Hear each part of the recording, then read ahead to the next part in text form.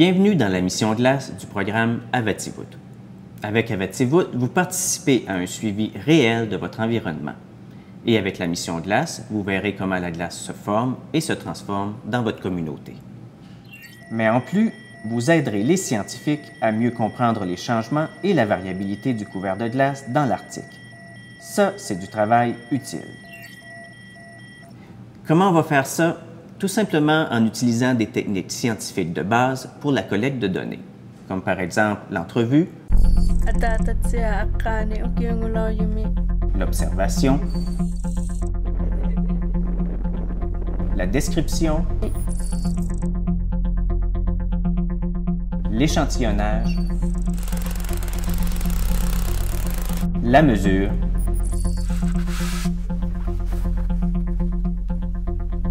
et l'analyse. Et aujourd'hui, on explore la technique de l'entrevue.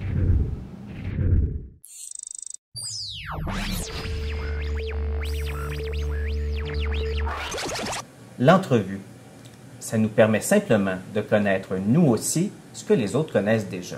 C'est comme une enquête. On cherche des informations sur le passé. On va donc poser nos questions à des experts de la glace. Oui, nos parents, nos grands-parents ou d'autres aînés de la communauté. Et on va aussi chercher des informations qui sont propres à la culture inuit. Comme par exemple, comment on décrit la glace en Inuktitut.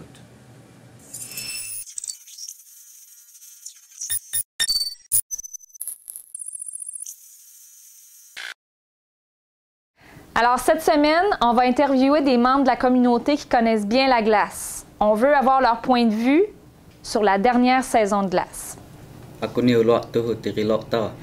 Ah, ça, c'est des observations intéressantes. Par contre, toi, t'es jeune. T'as pas vécu autant de saisons de glace que tes parents ou tes grands-parents.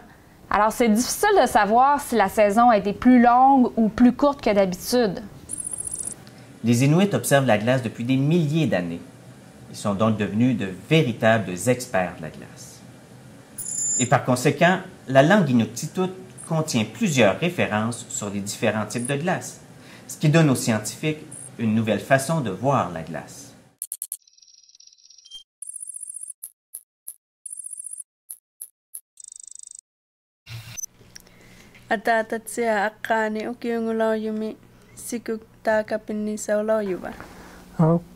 Kan sikuta kapin sa galalaw yung man sikunguyak ni sa ulang koto akaw tama sikuna sak pada sikuna sali miso depan kutuilwa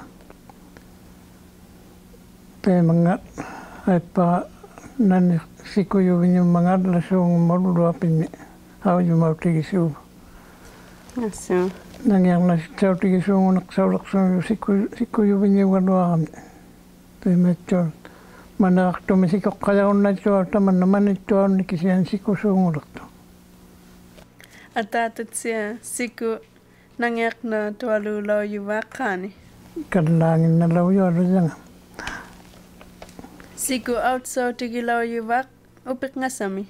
Outso tigiapisong ulakto ko sa katal ko Ulua misong ite koyo hatal to outso tiga nangyang na siya tigisong ulakto. Nalya akan takhingani awpalya satan ka. May piyasong kami may piyasong may ayun na unasong Nakomi. lale. C'est un bel exemple d'entrevue, Victoria. Fais-toi-en pas, William, ça va être beaucoup plus simple que ça. Pendant l'entrevue, ce ne sera pas nécessaire de noter tout ce que la personne dit. On va simplement cocher les réponses obtenues parmi une liste de possibilités. En classe, on va ensuite comparer les réponses de tout le monde et faire une synthèse sur un seul formulaire. C'est-à-dire que pour chaque question, on va déterminer la réponse la plus populaire. Par exemple, si 10 personnes ont répondu que la glace est arrivée tard, et que 2 ont répondu qu'il est arrivé tôt, la réponse la plus populaire est que la glace est arrivée plus tard que d'habitude. Sur notre formulaire de classe, on va donc cocher un glacement tardif.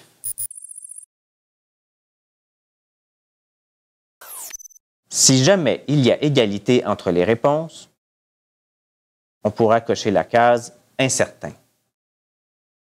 Une fois le formulaire de classe complété, on n'aura qu'à transférer nos réponses sur le site Internet Avativud.